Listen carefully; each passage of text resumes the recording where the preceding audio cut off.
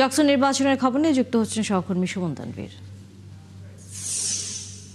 সুমন, আপনি জাকসু নির্বাচনের যে প্রান্তে রয়েছেন ভোট কেন্দ্রগুলোর, সেখানে ভোটারের উপস্থিতি কেমন দেখছেন এবং একই সাথে বিভিন্ন প্রার্থীরা যে অভিযোগ করছেন সেই বিষয়ে রিটার্নিং কর্মকর্তার কোনো বক্তব্য পেয়েছেন কিনা?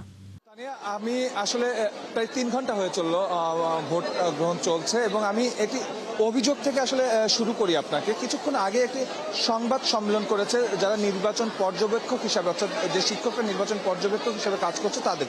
আমার হাতে যে কাগজটি দেখছেন, এই কাগজটি হচ্ছে ভোটার স্লিপ। বাইরে আসলে যে প্যানেলগুলো আছে সেই প্যানেলগুলোর নির্দিষ্ট বুথ আছে এবং ভোটাররা যখন আসলে কেন্দ্রে অর্থাৎ ক্যাম্পাসে প্রবেশ করছেন তখন কিন্তু এই ভোটার স্লিপগুলো তাদের কাছে সংগ্রহ করছেন। কিন্তু এই ভোটার স্লিপের ঠিক অপোজিট পেজে আপনি দেখছেন যে প্রার্থীদের যে নম্বর, সেই নম্বরগুলো আসলে যুক্ত করে দেওয়া হচ্ছে, যেটা আসলে কোনোভাবেই আসলে বৈধ না এবং সেই বৈধতা নিয়েই কিন্তু কিছুক্ষণ আগে সংবাদ সম্মেলনে প্রশ্ন হয়েছে এবং প্রায় 3 ঘন্টা হলো কিন্তু আসলে এই যে নির্বাচন হচ্ছে, আমি সেই নির্বাচনের পরিবেশ সুষ্ঠু হলেও এরকম কিছু ছোট ছোট অভিযোগ কিন্তু আসছে। তবে দিন শেষে আসলে আপনি দেখছেন নিশ্চয়ই ক্যামেরার চোখে, দর্শকরাও দেখছে যে আসলে ভোটার যারা, অর্থাৎ এই ভোটের যারা প্রাণ, সেই ভোটার তাদের কিন্তু উচ্ছ্বাস দেখছেন এবং তাদের কিন্তু উপস্থিতি দেখছেন।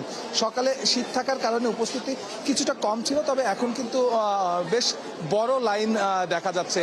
আমরা এখন যে জায়গায় দাঁড়িয়ে আছি, আপনি জানেন যে আসলে জগন্নাথ বিশ্ববিদ্যালয় এমন একটি বিশ্ববিদ্যালয় যে বিশ্ববিদ্যালয়ের কিন্তু আবাসিক সংকট, সেই একটি বিশ্ববিদ্যালয়ে রূপান্তর হওয়ার পর থেকে মানে একটি মাত্র হল আছে, শুধু সেটি মেয়েদের হয় এবং সেই মেয়েদের হলেই মানে হল সংসদ নির্বাচন যেটি বলা হয়, হল সংসদ নির্বাচনে শুধু একটি হলেরই নির্বাচন হচ্ছে এবং সেই হলে 13 জন প্রার্থী আছে। 13 জন প্রার্থীর বিপরীতে 33 জন প্রতিযোগিতা করছে। আপনি নিশ্চয়ই দেখছেন শান্তিপূর্ণভাবেই এখানে কিন্তু আসলে ভোট গ্রহণ অনুষ্ঠিত হচ্ছে এবং আমরা সকাল থেকেই কিন্তু সেই ভোট গ্রহণ দেখছি। অর্থাৎ আমি সকাল থেকে যদি সার্বিক পরিস্থিতি আপনাকে বলতে চাই যে আসলে যারা প্রতিদ্বন্দ্বিতা করছেন, মোট 4টি প্যানেলে প্রতিদ্বন্দ্বিতা হচ্ছে, এছাড়া স্বতন্ত্র প্রার্থীরাও আছে।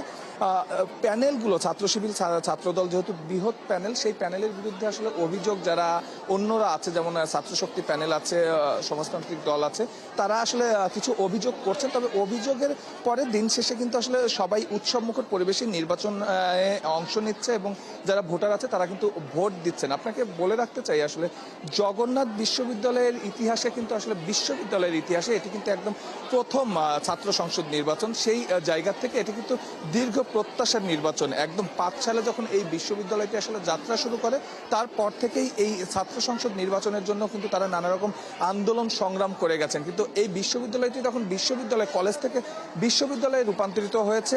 এর যে কাঠামো, এর যে নীতিমালা, সেই নীতিমালায় কিন্তু আসলে ছাত্র সংসদ নির্বাচন নামে কোনো নীতিমালাই ছিল না, যার জন্য কিন্তু আসলে দীর্ঘদিন আসলে কর্তৃপক্ষ ইচ্ছা থাকলে, সদিচ্ছা থাকলেও তারা কিন্তু এই নির্বাচন আসলে অনুষ্ঠান করতে পারেনি। অবশেষে আমরা দেখেছি যে গত অক্টোবর মাসে এই নীতিমালা সংযোজন করা হয় এবং তারপরেই আপনি জানেন যে গত 30 তারিখ এই জাকসু নির্বাচন অর্থাৎ জগন্নাথ বিশ্ববিদ্যালয়ের ছাত্র সংসদ নির্বাচনের তারিখ ছিল। কিন্তু সেই দিন বিএনপি চেয়ারপারসন বেগম খালেদা জিয়ার মৃত্যুর কারণে নির্বাচনটি পিছিয়ে আজকে অবশেষে যে নির্বাচনটি হচ্ছে সেটি নিয়ে কিন্তু আসলে প্রত্যাশা যেমন আছে, সেটি নিয়ে কিন্তু উপস্থিতি, উচ্ছ্বাস, সবকিছু কোনো কিছুরই কিন্তু আসলে কোনো কমতি নেই। তবে এদের প্রত্যাশা অনেক, তবে প্রত্যাশার ভিতরে সবচেয়ে বড় প্রত্যাশা তাদের আবাসিক সংকট দূর করতে হবে, তাদের স্থায়ী ক্যাম্পাসে তারা যারা আসলে প্রতিনিধিত্ব করবেন এবং দিন শেষে নির্বাচনে নির্বাচিত হয়ে আসবেন, তারা এই বিষয়গুলো দেখবেন।